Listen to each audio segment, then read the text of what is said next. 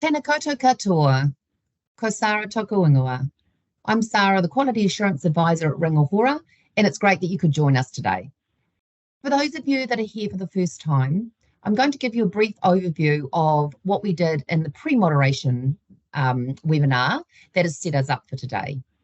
So what we did is we wrote a mock unit standard and a corresponding mock assessment. So what we'll do today is we're going to look at the completed assessment and highlight to you some of the best practices and hopefully give you some clarity perhaps on the feedback that you might have already received from us. We're going to use a paper-based assessment just for ease of presentation, but just remember the same principles will apply to an online assessment as it does for any other medium. So before we have a look at the assessment, let's just take a moment to consider, why do we post-moderate? Post-moderation is not a pass or fail exercise, but it's an opportunity to identify your good assessment methods and it gives you feedback on how to strengthen them and how to improve your internal moderation practices. Some of the things that we look for during post-moderation: fairness to learners, that different assessors will make the same judgment statements to different pieces of evidence, that assessment decisions are reliable and consistent, and that some learners are not being disadvantaged by being under or over-assessed, that the learner's assessment journey is documented, and that there are a variety of ways and that can be illustrated, and we'll go through some of those shortly, and that clear instructions are given to the learner if additional evidence is required. Our role in post-moderation is to ensure that these principles are being applied to all the learners within the many different learning environments across the motu. So first of all, let's just have a quick look at the material that we prepared. So here we've got a copy of the unit standard. Demonstrate and apply knowledge of instant coffee making. The purpose tells us that the learner will be required to make multiple cups of instant coffee. And then here are the learner instructions from the assessment, and they confirm that there are two tasks: one's theory and one's practical. In practical, they're instructed to make 2 cups of instant coffee, and also they have to provide photographic evidence. Okay, so let's have a look at the assessment. Firstly, let me just explain what you're looking at. The first table is a completed assessment, and then below in the red is the answer guide, which of course wouldn't actually be on the assessment. It's just there for your reference today. It would be in its own document that accompanies this assessment. So what does this table tell us? The first attempt you can see is clearly written in black, and each individual point has been marked by the assessor in red. The red dot indicates that further evidence is needed.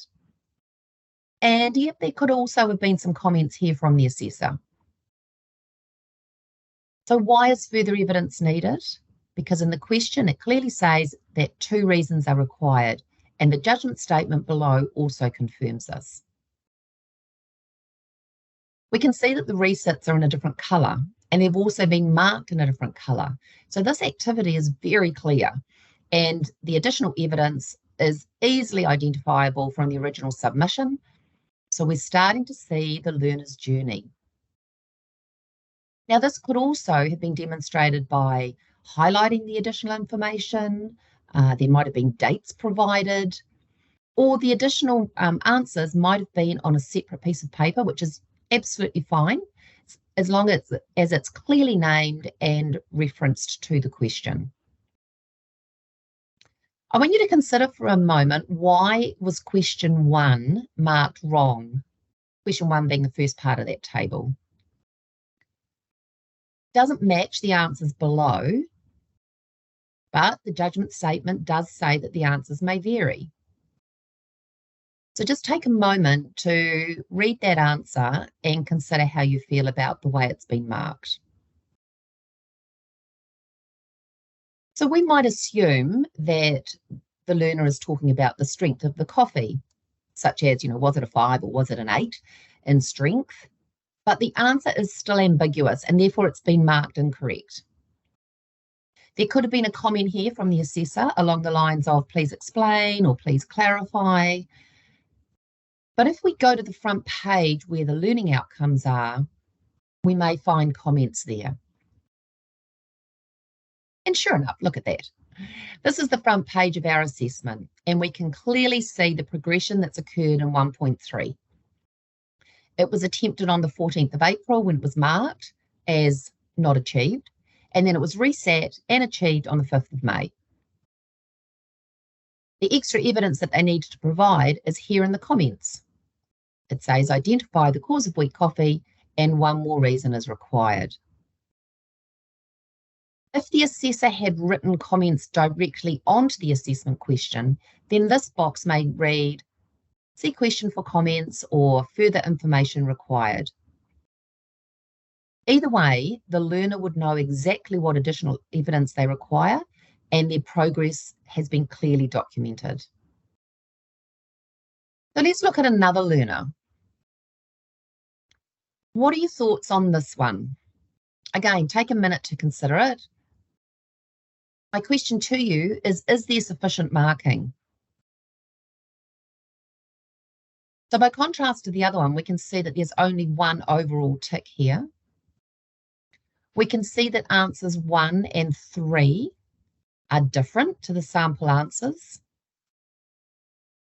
But if you apply the judgment statement, is answer 3 correct? Yes, it is correct. That would be an acceptable answer. But what about again, question number 1, the cause of weak coffee? Is that correct? We are assessing an instant coffee making unit. Therefore, no, this is not correct because there is no tamping of coffee required in an instant coffee. So what we're looking at here is insufficient marking, incorrect answers, and a poor application of the judgment statement and no comments to support or back up any decisions. Now, I know this exercise might seem like we're finding fault with the material we've got in front of us, but it's actually about the student. Essentially, this learner has been awarded this unit without actually providing the knowledge or the evidence that's required. So this inconsistency is unfair to any others who might have been asked to correct that answer and provide additional information. So let's have a look at the learning outcome table because that may provide further information. So 1.3, there's no record of attempts and there are no comments. So we would hope to see something here about the question that was incorrect, but there is nothing. So this tells us that the assessor clearly hasn't picked up on this incorrect answer, which is why marking all points in a table is considered best practice. So PC 1.2 and 1.1 and 1.2 is the verification. Again, there are no comments. In fact, there's nothing even recorded against the verification. So let's see if it was completed. Okay, great, it's signed and dated, but the comments to the student are very non-specific. In post-moderation, we're not present, and so we really rely on robust assessor or verifier comments to record what was observed and how the learner met those requirements. In the second checklist, we can see that Mrs. Affogato hasn't signed her name. Oh, and by the way, if there's any Mrs. Affogatos out there watching this is definitely not a reflection on you personally. So back to the checklist, we can see it's incomplete. There are no accompaniments. There are no comments provided. So we can only assume that Mrs. Affogato was actually the one to complete the checklist. These sorts of observations are the things that we would comment on in your post-mod report, just to really raise your awareness of what the best practice is moving forward. Another look at Learner 1. Have a look at the comments. What do you think about those? Who do you think wrote them? They don't appear to have been completed by the assessor and have been actually filled out by the learner themselves. Second observation, however, provides specific comments that illustrate what was observed. Everything is complete, it's signed and dated. This is a great example of best practice. It has indicated that there is a photo in Google Drive as part of the evidence, which is absolutely fine if we're given access to that document. So that's something you need to consider when submitting your evidence. So the remaining copies have been provided to us as photographs. So we've got them all together for you to compare. Again, I want you to take a minute to think about what it is you're seeing. What evidence is it giving us? The first one is black and white. So what is it evidence of? Black coffee or white coffee? Who does it belong to? It's not named or identified. And although the bottom two are in colour, which is great, there is still no identification and we don't know when it was completed. Evidence is supposed to show each learner's own work, and at a minimum, it should be labelled with the student name, what the item is, and dated. And this will then correspond with the learning outcomes and the verification dates. And in this last example, you can see exactly what we're after. The name has also been redacted for student privacy. So let's go back to the front page again and have a final look at the record keeping and the administration of this assessment.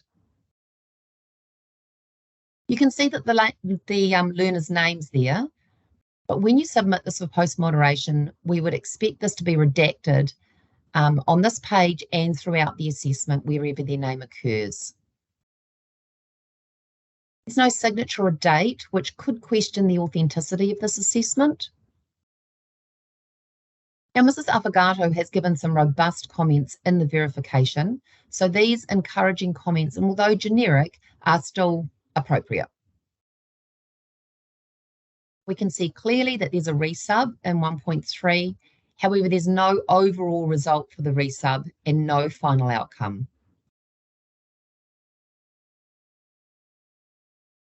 So part of your consent to assess against unit standards requires you to engage not only in post-moderation with us, but also to conduct your own internal moderation.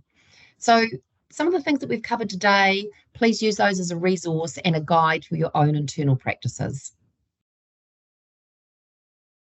Once we've completed the moderation, we'll send a report with some possible outcomes. Acceptable means that you have demonstrated best practice, so good work and keep it up. Acceptable with changes. There'll be some things that you've overlooked and the feedback will tell you about that. And then you can have a look to modify these practices moving forward. And then finally, not acceptable. So this would normally be accompanied with an action plan of how you can address some of these discrepancies that have been identified. I'd just like to stress that at any point, if you're unsure or require clarification around what's expected or what's been said in a report, we're here to help you and to work together with you to meet all your moderation requirements. So I hope that you have found this useful, and please feel free to contact us at Ringahora at the moderation@ringahora.nz address, and we'll certainly help you in any way we can. Kia ora.